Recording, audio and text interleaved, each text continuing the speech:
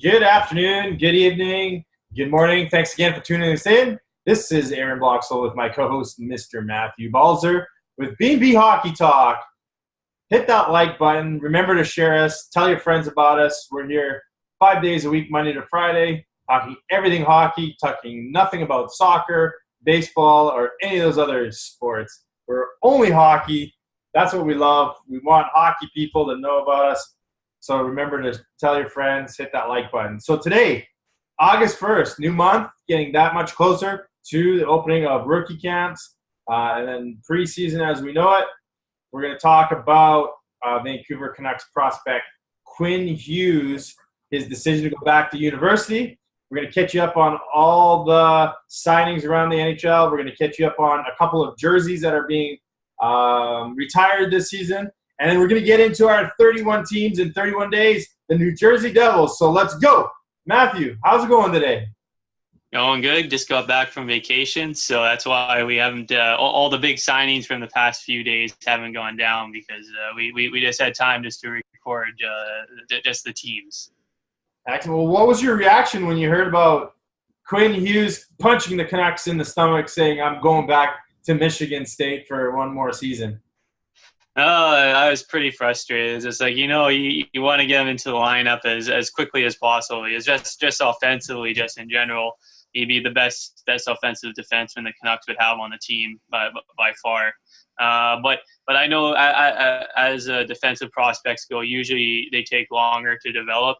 So there is that non-rush factor that you want to throw in. But I think the big thing, you'll probably be like Charlie McAvoy with the Boston Bruins when he was drafted. He could have possibly been ready to jump into the NHL right away, but he took another year in college, went to the World Juniors, finished off the year, and then he signed late towards the end of the year with Boston, and he finished out the season and played in the playoffs with them towards the end of the year. And that Hughes was on the radio today and saying that's probably his plan as well for this coming season. And there's some other quotes from him. It's like saying that he had unfinished business in college. He wants to win the national championship. He wants to be the best player in college this year, though his brother might give him a run for the money there. But yeah, it is frustrating as a Canucks fan. But for development-wise, we'll get to see him at the World Juniors here on the West Coast, even though he'll be playing in Victoria. So us mainlanders, we'll have to sail over there if we want to see him. Well, for me, I think it's never a bad thing when a young person wants to continue development. I mean, why rush them? The Canucks, they're definitely not going anywhere this season. It would have been nice to have seen him in a uniform this year because not only would he be their best offensive defenseman, but he's by far their best skater as well, in my opinion. But you know what?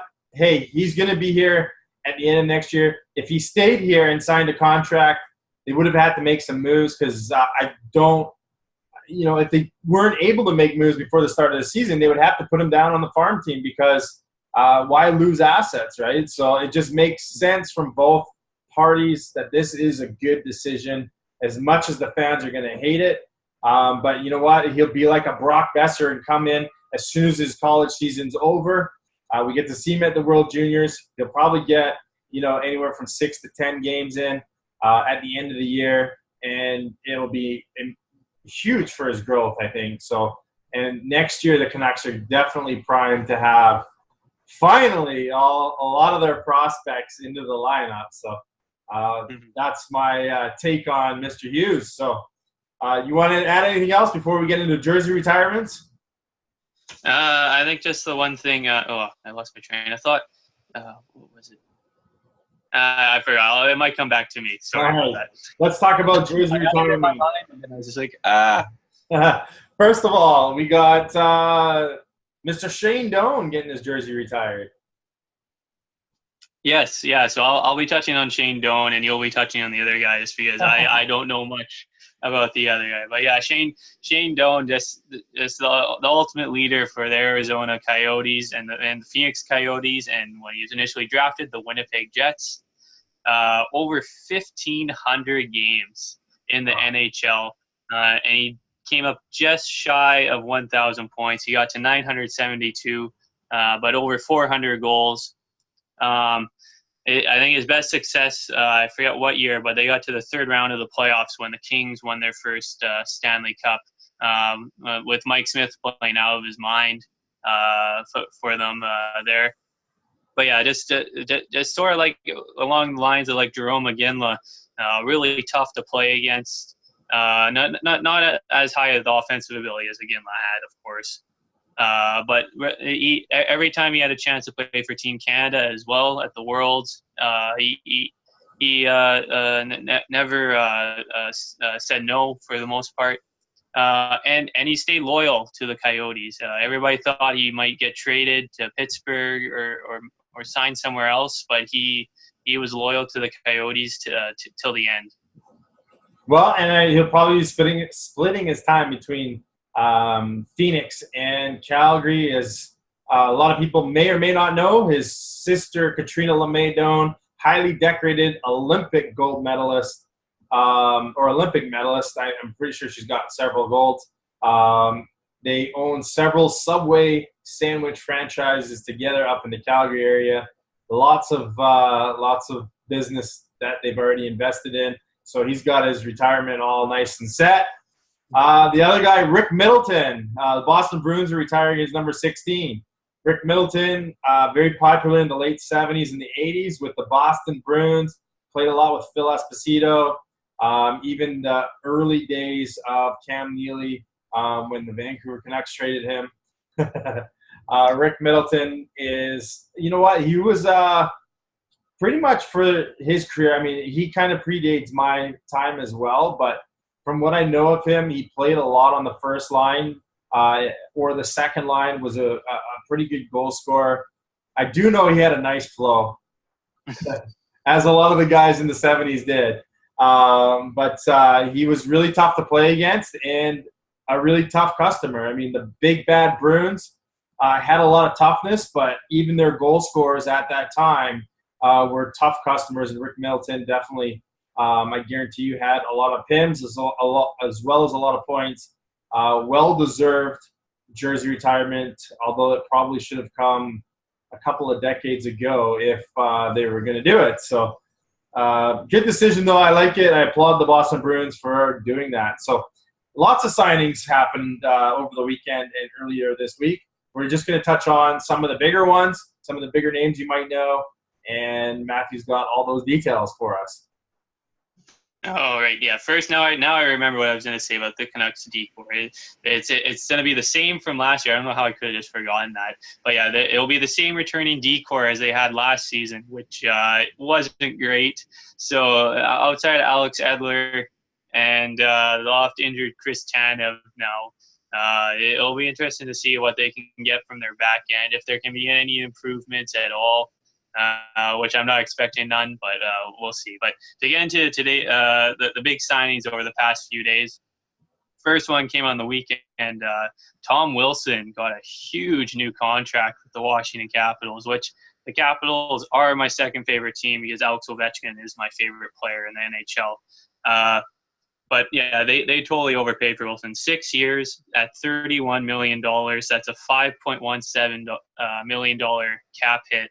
He only had 14 goals and 35 points in 78 games, which the points is a career high. But in the playoffs, he had a really good playoffs at 5 goals and 15 points in 21 games, and fit in really well playing with Kuznetsov and Ovechkin. But the error here that you could see is that overpaying for big playoff performances. We saw Chicago with Brian Bickle give a huge contract, and then he just fizzled out in the years to come, and that ended up being a bad contract. Though I don't think Wilson will be as bad as Bickle was after getting that contract, but he should have only been making around like $3 million or something like that. Tom Wilson, just to jump in here. Everybody in the league hates him, but everybody in the league wants him on their team. And I don't think he's going to be a Brian Bickle type player. I really do think he's developed into a premier power forward in the NHL. He just has to play clean, stay away from those suspensions. as I know the Pittsburgh Penguin fans absolutely hate his guts, especially with the huge hit that he threw on the rookie in that playoff series that broke the rookie's, was it his jaw or is his nose? I Yeah, think yeah, his jaw. yeah, that was pretty vicious. But man, that guy. I mean, even the hit on was it? Uh, I think it was William Karlsson that he hit in the playoffs. If I'm not mistaken. That was Yeah. Oh yeah. borderline late. Very started a lot of stuff, but that was the hit that changed the tone of that series. That absolutely got in Las Vegas's mind. And Tom Wilson is a difference maker, and I think he's getting paid to do a lot more than just put up points. Mm. All right, and then some of the other big signings. The New York Rangers were really busy locking up their last 3 RFAs. They gave defenseman Brady Ski a 6-year extension at $31.5 million. That's a 5.25 cap hit. He had 4 goals and 25 points in a full season last year, which was a bit of a step down from the season before where he had 39 points. But he's a good young defenseman. That should be their top defenseman going into this year. And then they gave Kevin Hayes a 1-year extension, just over $5.1 million. He had 25 goals and 44 points. He's a big, huge power forward. A little bit of inconsistencies over the season, but if he has a good year this coming season, he should get a good long-term contract. And they gave Ryan Spooner a 2-year extension with a $4 million cap hit. He had 41 points in 59 games between Boston and the Rangers. He had 16 points in 20 games with the Rangers after the trade deadline. Another guy that the Canucks were rumored at looking to get last season at the trade deadline. But he's a smaller centerman, but he can put up a lot of points. Should be either their second or third line center. And lastly, just to throw out, former Canuck Jannik Hansen is reported to be joining the KHL with CSKA Moscow, one of the top teams there, which is another good trade from Benning, getting buying in for these young prospects with getting Goldobin from the Sharks for Hansen. Hansen only played 46 games, only had 2 goals, 12 assists, or 12 points, and didn't play a playoff game. He was in and out of the lineup, regular healthy scratch. So, yeah, he looks like he'll be going over to Europe next season. That would have been absolutely great timing. That trade deadline, getting rid of both Jannik Hansen and Alex Burrows, have brought back prospects for the Canucks that may or may not work out. I mean, both I think Nikolai Goldobin and Jonathan Dahlin have some work to do for them. But, man, that was shocking that Jannik Hansen's production dropped off the charts that much. Mm-hmm. You would think, being a Canucks fan, the way he played here, that he would be, at least a third-line player in San Jose with the talent he has. But it's just shocking how fast his talent dropped. So let's get on our 31 teams in 31 days with the New Jersey Devils. And I know we got some New Jersey Devil fans out there. Remember, hit the like button and share us, you Martin Brodeur lovers, you. I love the New Jersey Devils back in the 90s with guys like Scott Stevens, Stéphane Richer, Claude Lemieux, just playoff after playoff they would perform. But let's get into their potential lineups this year, and we'll talk about a handful of their up-and-coming prospects. So take us through what you foresee as the starting forwards for the Devils. All right. So the top line I have is Taylor Hall, Nico Hischier, and Kyle Palmieri. Taylor Hall, the reigning Hart Trophy League MVP, had 93 points, 39 goals in 76 games. Just absolutely dominated last year for the Devils. And just to put in perspective, he had 93 points. The next guy was Nico Hischier, and he only had 52 points. And shots on goal, Hall had 278. The next closest was Hischier with only 180. So wow. Just to put in perspective just how good Hall was, it's like it doesn't even come close. Even though I still think Nathan MacKinnon should have won the Hart Trophy over Hall. But yeah, that Hall for Adam Larson trade, that was one of the best trades ever for New Jersey. And Nico Hischier, he had a great rookie season, had 20 goals, 52 points in the full season. he was the guy I was hoping the Canucks could try to win in the Lotto the year before, because I was really impressed with how he played for Switzerland at the World Juniors.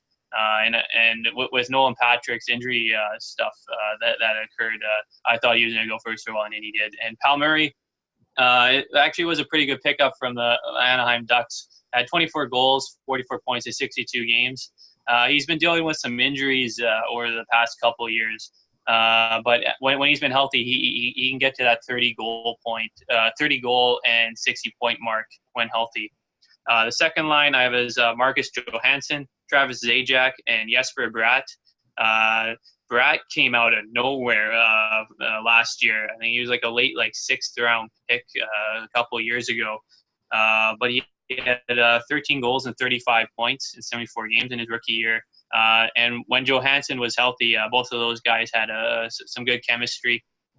Travis Zajac is their big centerman down the middle. He only had 26 points in 63 games, but I believe he was injured to start the season, so he missed a bunch of time. But when he has been healthy, he's shown that he can get to that 50-point mark. Third line, I have as Miles Wood, Pavel Zacha, and Stefan Newson. Zacha could potentially move up to that second line role. He was a really high first-round draft pick. He struggled a little bit last year in and out of the lineup, 25 points in 69 games. But we'll see if he can get that step, take that next step next year. And Miles Wood, he still needs a new contract, but he's a bigger power forward. He had 19 goals last year, and over 170 shots. And we'll see. He should be getting around like a $2-3 million cap hit, I think. And the fourth line I have is Blake Coleman, Brian Boyle, and Nick Lappin. Brian Boyle, one of the feel-good stories of last year with his battle with cancer and coming back, and he had playing at the All-Star game as well. One of the fan favorites around the league. And Blake Coleman, another good rookie that had a breakout year with 13 goals, 25 points in 79 games. Well, the often injured Travis Zajac, definitely key to New Jersey. They lost a lot of depth in free agency, and it's going to be interesting to see as they still have lots of cap space to fill. It will be interesting to see if they pick anybody else up. But one of the players I think people should watch for, you already mentioned Jesper Bratt, but Miles Wood is another guy that I think is an amazing skater, bit of a power forward, and lots of upside. Like you said, he had 19 goals last year. I think he's going to continue to build on that.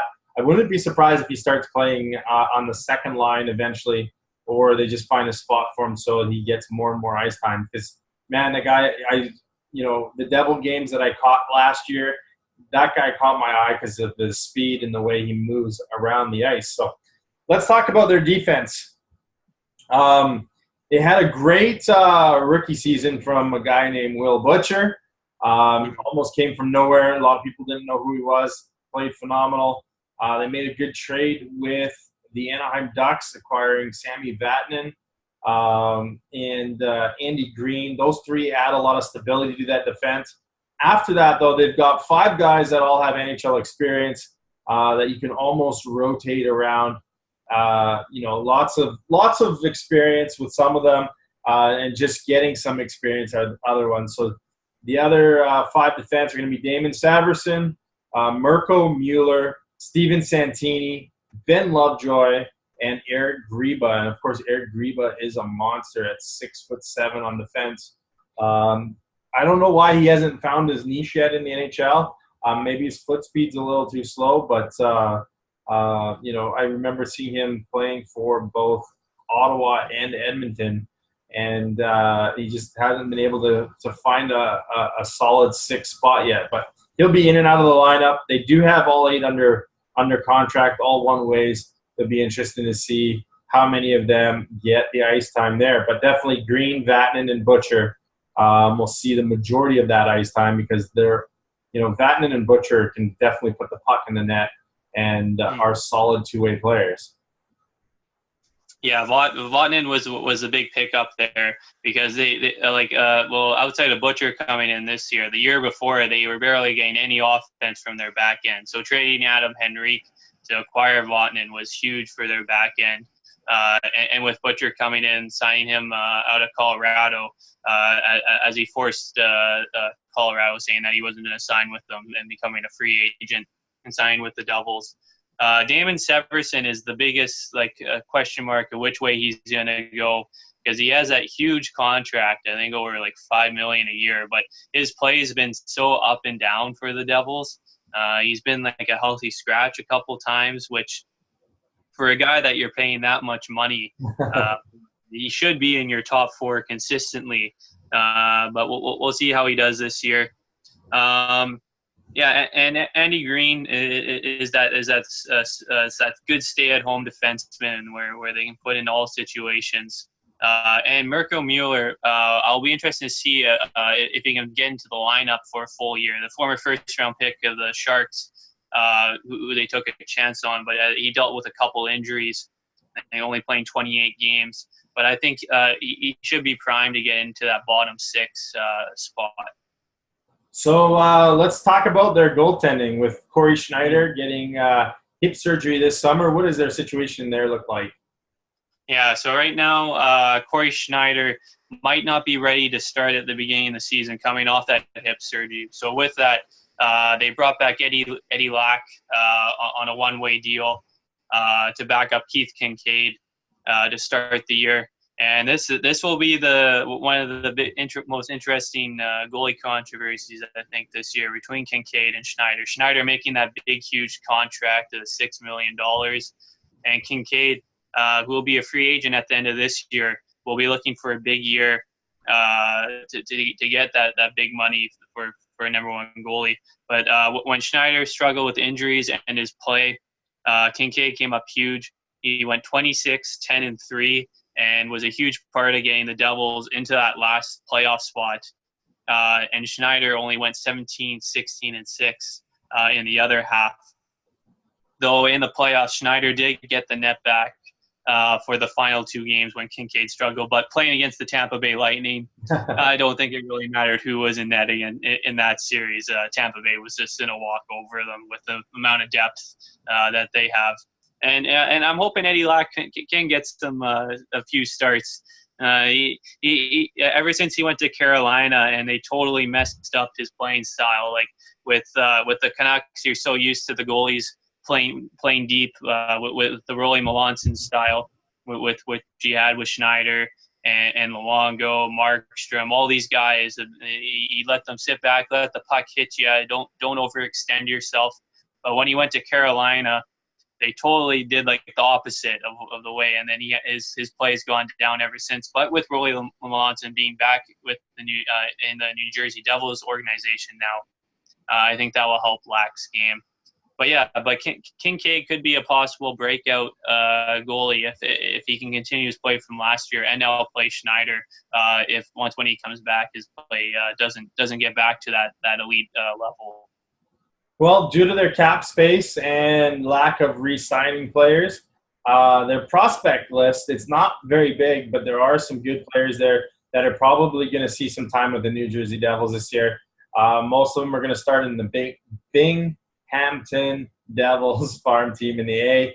But I'm going to talk about a handful of prospects, and then we'll turn it over to Matt to talk about a few more. So first of all, Joey Anderson's a rookie that is looking like he might make this team. Out of the NCAA, he played for the Minnesota Duluth last year. He had 36 games and 27 points. And I've seen everywhere I've looked so far, I've seen him slotted in on the 3rd or the 4th line on the right side. Not even as a healthy scratch. They got him starting. He was a 3rd-round pick in 2016. So that's, not a whole lot that I know about him, but I know that it looks like he's ready. Now, one player that we have seen a little bit in the NHL already is John Quenneville. Of course, he's got a great dad that probably going over some X's and O's with him. He was a 1st-round draft pick in 2014. Last year, he only got into a couple of games with the Devils, ended up with 43 games with Binghamton, and had 34 points. So he's not overly offensive, but it will be good third, fourth liner. I still see some potential with him becoming a scorer at one point in the NHL, but he's still a little bit away from that. I'm going to go off the board with another guy named Jesper Boquist, a draft pick in the second round, 2017, that they drafted out of the SHL. He played there last year. He's actually scheduled to play again there this year. And just to put things into perspective, he had 23 games, 13 points. And when we hear about Elias Patterson's points production, right, it makes me feel special that we got the Canucks actually have a player like that, right? So, but this guy still has a lot of talent and is still a couple years away from even the minors and the majors. So, one last prospect I'll touch on before I hand it over to Matt is Big Mike McLeod, centerman that they drafted first overall in 2016. Played for Mississauga last year. Had 38 games, 44 points, had a little bit of injuries, but at the end of the season signed on with the AHL Binghamton Devils, played 6 games, even got himself a point, got himself a little taste of pro action. Definitely going to play in Binghamton next year, maybe even get a handful of games with New Jersey. But they, if there is injuries to Travis Zajac down that middle, I can see him potentially stepping up, and a guy like Brian Boyle would be a really good mentor to a guy of this size. So what do you got for the other prospects there, Matt? All right, so their first-round pick from this year's draft, Ty Smith, super offensive defenseman, had 14 goals, 73 points for the Spokane Chiefs this past year in only 69 games. I believe he's a little bit on the smaller end, but the amount of offense this guy can produce is something that you definitely need to continue to develop on their back end. Brian Rafalski 2.0. Yes, Rafalski. Another guy, Blake Spears. A couple years ago, he actually made the Devils out of the preseason, but they sent him back to junior. I think he also got hurt, but he got back just in time to play for Canada at the World Juniors, which I believe was where they won gold with the Max Domi, Sam Reinhart, and Anthony Duclair year, and was a big part of that win. Though he really struggled in the American League this season, only had 12 goals and 19 points in 62 games. But with making the Devils out of the camp that couple years ago, he could potentially get some playing time potentially if he has a better year. Their big goalie prospect is Mackenzie Blackwood. He really struggled this year in the American League. Only 7 wins in 32 games, and his save percentage was only an .882. So we'll see if he can continue to develop with the goalies taking a longer time. But with them not re-signing Ken Appleby, who was their other young goalie prospect, they let him go to free agency. He could get the starting role in the American League this year. And the last guy I'll bring up is Fabian Zetterlund, who was a third-round pick in 2017. He was a big part of Sweden's World Junior team. He was more in a penalty killer role, but he had this long, greasy hair, but he had some really nice hands and scored a few really good goals. Sounds like half the players that we know, right? Long, greasy hair. Anyways, that's our the prospects that we got for you today. The potential lineup for the New Jersey Devils. They finished last year 8th in the East, 97 points total. Tying obviously with who they tie? Philadelphia Flyers. Yeah, that's right. And it was a rock paper scissors draw to see who got Tampa Bay. Yeah. Where do you see them finishing this year? Right now, I have them projected for about 85 to 90 points and out of the playoffs. I see them about 9th or 10th in the conference this year, although that might be hard to do with how bad some of the teams are in the East. But they are, in my opinion, the toughest division in all of hockey right now. Where do you see them? Yeah. The Metropolitan Division is just a nasty piece of business. I actually have them finishing in 9th. I have it probably between them and the Florida Panthers, battling out for that last wild card spot. and maybe potentially the New York Islanders, who we'll touch on tomorrow for that last wild card spot. But yeah, the Devils, it's just like they were just right mediocre, like right in the middle. I think they were 15th goals for and 15th goals against, but their special teams were actually really good for them. I think they had like the 10th best power play and the eighth best penalty kill. So their special teams are a good, strong backbone for them. And if they can get some better goaltending from Schneider potentially, and get back to like those Devils where they're really stingy defensively and not giving up much, they could get that last wild card spot again, I think. Excellent. Well, everyone, that's our show for today. Remember to hit the like button, tell your friends about us, invite them to like us on Facebook or YouTube. We love bringing this to you guys each and every day, Monday to Friday. August the 1st today. Tomorrow, August the 2nd, we're going to continue our 31 teams in 31 days with the New York Islanders, who I think will beat out New Jersey for that playoff spot, although Florida is definitely stacked, I think, this year. So thanks again, everyone, for watching. Tune in tomorrow. We look forward to you viewing us and letting us know what you think. Leave a comment below. Thanks again for watching. We will all see you later.